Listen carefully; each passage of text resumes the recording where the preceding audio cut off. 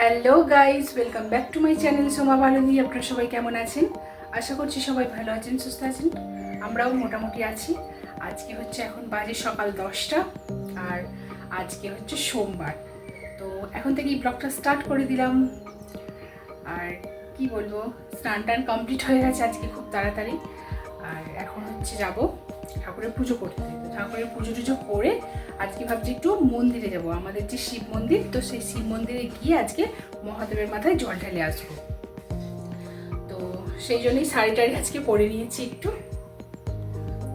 তো দেখি এখন ফুল টুলগুলো সব তুলে নিয়ে আসি, ঘরের লক্ষ্মী পুজোটা করে দিই। গত কয়েকদিন বৃষ্টির পর আজকের পরিবেশটা বেশ রোদ ঝলমলে একটা পরিবেশ। আর এই দেখুন, কালো জাম খেয়ে ফেলেছিলাম মাটিতে, কি সুন্দর গাছ বেরিয়ে গেছে। কিন্তু দুঃখের বিষয় হচ্ছে বসানোর জায়গা নেই।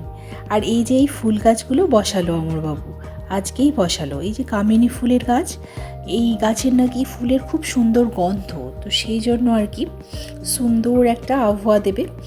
আর এখানে আমার পুজো করাও কমপ্লিট হয়ে গেছে। তো সেই জন্য ভাবলাম যাই মহাদেবের মন্দিরে গিয়ে একটু মহাদেবের মাথায় জল ঢেলে আসি। আর আজকে সেভাবে আমি নৈবেদ্য সাজিয়ে কিছুই নিয়ে যাইনি, শুধু পুষ্প আর জল এটাই নিয়েছি। আর সঙ্গে করে একটু দক্ষিণেও নিয়ে নিয়েছি। আমার মেয়েও আমার সঙ্গে যাচ্ছে। তো চলে এলাম এখানে শিব মন্দিরে। আমাদের এই মন্দিরটা আপনারা তো আগেই দেখেছেন। আর সঙ্গে সঙ্গে একটা পুরোহিতকেও পেয়ে গেছি। আর একটা না, আমাদেরই জ্ঞাতি আর কি ভাসুর হন উনি, তো ওনাকে দিয়ে আমার নামে সংকল্প করে একটা পুজো করিয়ে নিচ্ছি। কেননা শুধু শুধু তো আর মহাদেবের মাথায় জল ঢালা যাবে না, একটা ছোটোখাটো তো সংকল্প করিয়েই নিতে হবে। তো সেই জন্য আর কি দক্ষিণে দিয়ে আমার নামে একটা সংকল্প করে পুজো করিয়ে নিলাম। আর নিত্য পুজো তো আগেই হয়ে গেছিলো। আর এখন আমি মহাদেবের মাথায় একটু জল ঢেলে দিচ্ছি। তো প্রথমে পুষ্প দিলাম, তো তারপরে বেলপাতা দিলাম। বেলপাতা নাকি 3টে আঙুলে করে দিতে হয় মহাদেবের মাথায়। আপনার যে বৃদ্ধাঙ্গুলি বা কনিষ্ঠাঙ্গুলি, ওই দুটো বাদ দিয়ে যে 3টে আঙুল থাকে, সেই আঙুলে করেই মহাদেবের মাথায় বেলপাতা অর্পণ করতে হয়। আর আজকে আমি গঙ্গা জলই অর্পণ করে দিলাম। আজকে আর দুধটা আনলাম না, আসলে এখনও পর্যন্ত আমাদের এখানে দুধটা দিতে আসেনি, একটু লেট করছে। তো সেই জন্য ভাবলাম একটু গঙ্গা জলই ঢেলে দিই। তো মহাদেবের কাছে মনস্কামনা জানিয়ে একটু প্রণাম করে নিলাম। আর শ্রাবণ মাসের 3য় সোমবারটা আমার এইভাবেই কেটে গেল। তো বাড়িতে চলে এসেছি, এবার আমি ব্রেকফাস্ট করব। তো রিমের আর অমরবাবুর অনেক আগেই হয়ে গেছে। তো ব্রেকফাস্ট সেরে তারপর রান্নাবান্না করবো। আর রান্না করতে আজকে উঠোনে চলে এলাম, কেননা রান্নাঘরের গ্যাস সিলিন্ডারের গ্যাসটা ফুরিয়ে গেছে। তো সেই জন্য উঠোনেই রান্না করে নিচ্ছি। আর আজকে আমার ভাত হয়ে গেছে। আর এখন একটু আলু পোস্ত করে নিচ্ছি। তো ঝিঙে দিয়ে আলু দিয়ে কাঁচা লঙ্কার একটা পোস্ত। ফ্রিজেতে মাছ আছে, তবুও ওদেরকে আমি মাছ রান্না করে দেব না। আজকে ভাবছি যেহেতু শ্রাবণ মাসের সোমবার, ওরাও একটু নিরামিষ খাক, অসুবিধা কিছু নেই। প্রত্যেক দিনই তো মাছ মাংস ডিম এসব খেয়েই আছে, তো একদিন নিরামিষ খেলে ওদের পক্ষেও সেটা ভালো। তো সেই জন্য ওদেরকেও এই ঝিঙে আলুর পোস্ত দিয়েই ভাত খাওয়াবো। আর আজকে আমি আর আমার জন্য গোবিন্দভোগের চাল রান্না করলাম না, আজকে আমি একটু ডালিয়া রান্না করে নিয়েছি। তো আমি এই প্রথমবার ডালিয়া রান্না করলাম, মুগ ডাল দিয়ে, ক্যাপসিকাম, টমেটো, কাঁচা লঙ্কা এইসব দিয়ে। আর অমরবাবু ওদিকে খেতে দিয়ে দিয়েছি। তো ওর জন্য একটু টমেটো সেদ্ধ করেছিলাম, তো সেটাই একটু মেখে দিচ্ছি, কাঁচা লঙ্কা, টমেটো সেদ্ধ, নুন আর একটু সর্ষের তেল দিয়ে। ও এটা খুব ভালোবাসে, তো সেই জন্য আর কি ভালো করে মেখে দিচ্ছি। তো এখানে আমার মাখা কমপ্লিট হয়ে গেছে, আমার জন্য একটু রেখে ওকে দিলাম। আর সবশেষে আমিও খেতে বসে পড়েছি। তো ডালিয়া আমি হুট করে খাই না, এই প্রথমবার রান্না করলাম। আর খেয়ে মোটামুটি খারাপ হয়নি, কিন্তু তবুও আমি খুব একটা ভালোবাসি না ডালিয়া খেতে। তো নিরামিষ করে আর কি খেলাম। খাওয়া দাওয়া করে একটু শুয়েই ছিলাম। তো তারপরে বাইরের দিকে তাকাতে দেখলাম একটা প্রজাপতি জবা গাছে এসে বসেছে।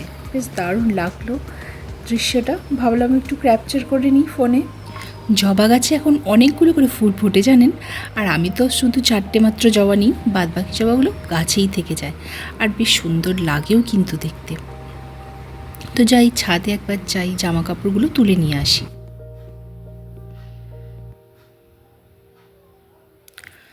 এখন সন্ধে প্রায় অনেকটাই হয়ে গেছে, বাজে এখন 8টা। আর এতক্ষণ আমি রান্নাঘরেই ছিলাম। তো রান্নাঘরে আমি সেই যে তালের কাইটা বার করেছিলাম, সেই তালের কাইটা একটু ফুটিয়ে নিয়েছিলাম, নিয়ে কিছুটা অংশ ডো করে রেখেছি আর কিছুটা এভাবেই বাটিতে আছে। তো এই যে মিষ্টি মিষ্টি করে ময়দা দিয়ে একটা ডো বানিয়ে রেখেছি। তো এটা থেকে আজকে একটু পরোটা বানাবো, তালের পরোটা আর সাথে তালের ফুলুরি। আর এই তালের সিজনটার জন্য কিন্তু আমি প্রত্যেক বছরই অপেক্ষা করে থাকি যে তালের ফুলুরি, তালের পরোটা, লুচি এইসব খেতে পাবো, রান্না করে সবাইকে খাওয়াবো। আসলে আমি তাল ভীষণ পছন্দ করি আর কি। আর এই যে তালের পরোটা করতে লেগে পড়েছি, আর আমি গোল গোল করেই তালের পরোটাগুলো বেলে নিয়েছি যাতে করে সুবিধে হয়। আর আমাদের এখানে দ্বারকেশ্বর নদীতে কিন্তু বান এসেছে জানেন, একদম পুরো পাড় ছুঁই ছুঁই এরকম। তবে এখনও পাড়ের অবধি আসতে এখনও দেরি আছে। তো যদিও আমি নিজে দেখতে যাইনি, জাস্ট ছবিতে দেখেছি। আসলে আমিও দেখতে যাইনি বলে আর আপনাদেরকেও দেখানো হলো না দ্বারকেশ্বর নদীর বানটা। শুনেছি আমাদের বাপের বাড়িতে কানা নদীতেও নাকি বান চলে এসেছে, সেও নাকি পাড় ছুঁই ছুঁই অবস্থা, সব জায়গাতেই বন্যা হয়ে গেছে। তো যাই হোক, দেখি একদিন যদি যাই ঘুরতে ঘুরতে আপনাদেরকে দেখাবো। আর বাড়ির ট্যাঙ্কটা আপনাদেরকে বলাই হয়নি, পরিষ্কার করে নিয়েছি। তো ওই ট্যাঙ্কটা প্রত্যেক বছরই আমাদের পরিষ্কার করা হয়, আসলে জলের ট্যাঙ্কটা আর কি।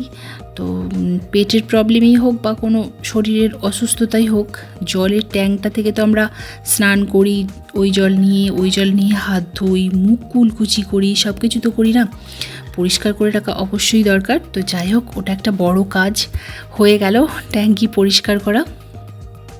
তো না হলে তো আমাকে তো ট্যাঙ্কের জলে ধোয়া বাসনগুলো আবার ভালো জলে, ফ্রেশ জলে আবার ধুতে হচ্ছিল, কি খাটুনি। যাই হোক, পরিষ্কার হয়ে গেল ট্যাঙ্কের জলটা। আর এদিকে আমার পরোটাও কমপ্লিট হয়ে গেছে। আমি এখন ফুলুরি ভেজে নিচ্ছি, তালের ফুলুরি। তো তালের ফুলুরি হলেই এটাই আমাদের আজকে ডিনার মেনু। এই শ্রাবণ মাসে আপনাদের কার কার বাড়িতে তালের মেনু হয় আমাকে কিন্তু বলবেন। আর অন্যান্য আর কি মেনু আছে তালের, তালের এই আমি যতদূর জানি ফুলুরি, রুটি, পরোটা, লুচি, তালের পুর পিঠে, তালের মালপোয়া, এছাড়াও আর তালের কি নতুন নতুন মেনু আছে আমাকে কিন্তু অবশ্যই কমেন্ট বক্সে জানাবেন। আমি কিন্তু আপনাদের কমেন্ট বক্স ট্রাই করব কীভাবে আপনারা রান্না করছেন, আপনাদের মতো আমিও রান্না করব। আমাকে কিন্তু অবশ্যই কমেন্ট বক্সে রেসিপিটা জানাবেন।